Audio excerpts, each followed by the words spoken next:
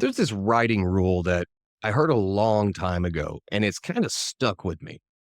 And honestly, it might be the best writing advice that most people skip over.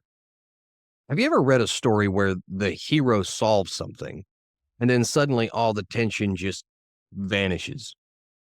That's the depth of good storytelling. So today I'm going to show you all how to keep the tension alive and why the solution to your story's pacing and any other issues you might be having with it are probably hiding within the problem itself. Now, I don't even remember where I heard it first, but it went something like every time your protagonist solves a problem, it should create at least two more.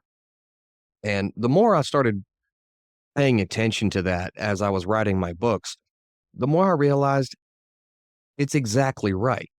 Because the moment a story gets easier for the protagonist is the moment that the reader just checks out.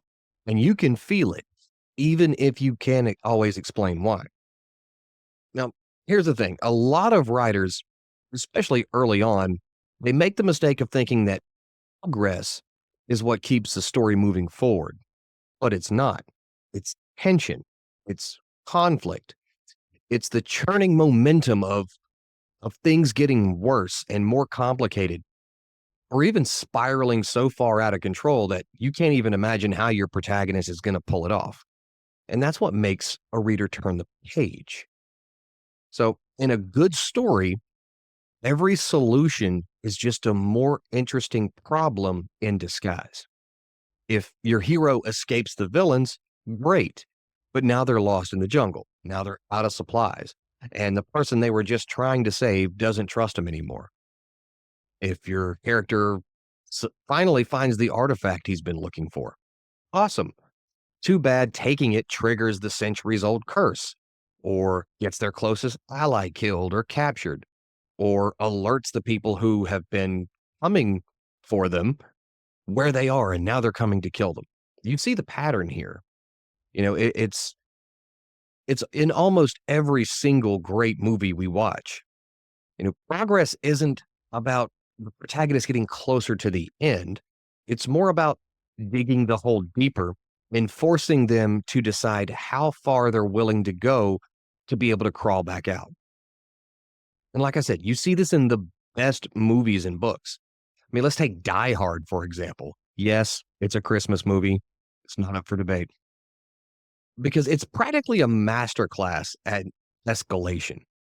So every time John McClane gets a win, he kills a bad guy, he contacts the outside, he grabs a weapon. It just makes things worse.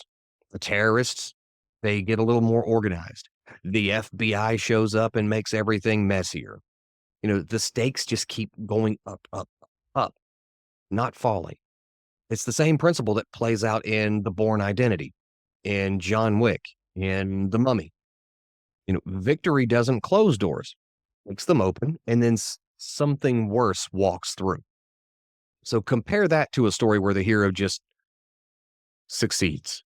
There's no complications, there's no new consequences, the tension doesn't build, it just deflates. And you can almost hear the story let that breath out, just, "Mm, it's finally over," kind of thing. And you get a moment that it should feel triumphant, but instead it feels like you just checked off a little box. And that's when the audience starts scrolling their phone or flipping ahead, wondering why the character that they were rooting for suddenly feels flat. It's also one of those reasons why a lot of modern action stories, they fall apart right after the first act. It's because the studios and these producers and the screenwriters, they front load all of the stakes. And then once the hero bulldozes through the rest of them, there's no consequences. Or worse, they mistake spectacle for tension. Looking at you, Michael Bay. But all these great explosions, they don't mean anything if the outcome is guaranteed. It's because the protagonist, he kind of walks through the fire and his eyebrows don't even get singed. There's no danger, there's no tension, and there's no story. But how do you apply this in principle versus how do you apply this in reality? Now, Here's where it gets interesting, and it may be a little uncomfortable for some writers, but you have to be willing to let your characters suffer. And no, I don't mean in, the sadistic way, and I unless this is the kind of book you're writing, I don't really mean it in the 50 Shades of Grey kind of way either. What I mean is they have to suffer in a way that respects the reader's intelligence, as well as their emotional investment in the book, in the story that you've written. Because when a reader sees that your protagonist is just fighting to survive, fighting to adapt, struggling not just with the bad guys, but with doubt, failure, guilt, whatever it is, that's when the reader kind of leans in. And that's when they care. That was a creepy voice. But every choice a character makes should close one door and open another, usually into a room they didn't expect and probably don't want to be in. And that's what creates momentum. It's not because they're getting closer to the end, but because every action is generating more friction. And friction is where your character gets revealed. So let's say your hero is cornered in a crumbling ruin. They're low on ammo, they're injured, they're outnumbered. It's a pretty cool scene, but the interesting part isn't how they fight their way out. It's what it costs them to get out. So maybe they survive, but the ancient idol that they were chasing falls into the hands of a villain. The iconic scene in Raiders of the Lost Ark, Indy gets the hold of the little fertility idol, and then he loses it because it's taken by the guy who played Doc Ock. I can't remember his name now, but he takes it and he has to make that running jump dive over the chasm, holds on to the tree root, crawls his way up, and he's out. And then he gets it back because that guy got skewered by the traps. But then when he gets out, you thinking he's just made it. He solved that problem. But now the idol's taken by Belloc. Great. And now he has to run from the natives and jump onto a moving plane, and there's a snake in the plane. Every time a problem was solved, it caused more problems. Maybe not directly, more problems happened. So maybe your character survives, but the ancient idol they've been chasing falls into the hands of the villain. Or maybe they win, but their partner's captured. I kind of did that in uh, The Last Nazi, the first Cole Harper novel. If you haven't read it, you should. There's links to all of my books in the descriptions of this video. But moving on, that was a shameless plug. Not to say I don't have shame, but that was a shameless plug. So maybe your protagonist makes it out, but they realize the trap that they were in wasn't meant to kill them. Maybe it was meant to let them escape so they could be followed. You know, that's the magic of this rule.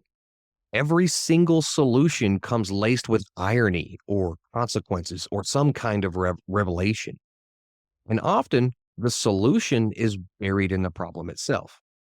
You don't introduce a poisonous jungle snake just for the atmosphere. You introduce it because it's immune to the toxin that will be used against your protagonist later. And it's the only animal that your protagonist might be able to unleash upon the villains. See what I'm going with this? You know, it's something that they're not going to figure out until the very end when they've nearly been killed, betrayed, forced to think differently, and, evolved as the story itself evolves. You know, and one of the reasons why this story works so well is because it mirrors how we experience life. Very rarely, at least in my life, does a solution come clean. And if you're a dad watching this, you know exactly, well, a parent in general, you know what I'm talking about. You fix one thing and then something else breaks. You outrun one problem and then you trip over another. And that's reality. And while fiction doesn't necessarily have to mirror real life exactly, it still has to feel true. The emotional logic has to make sense. even if the events are wild. And while part of that logic is understanding that tension is cumulative, it's not just about throwing in more bad guys and ramping up the stakes artificially. It's more about the compounding pressure from the choices that your characters make. And I've said it in some of my other videos. I don't plan any of my books out in advance.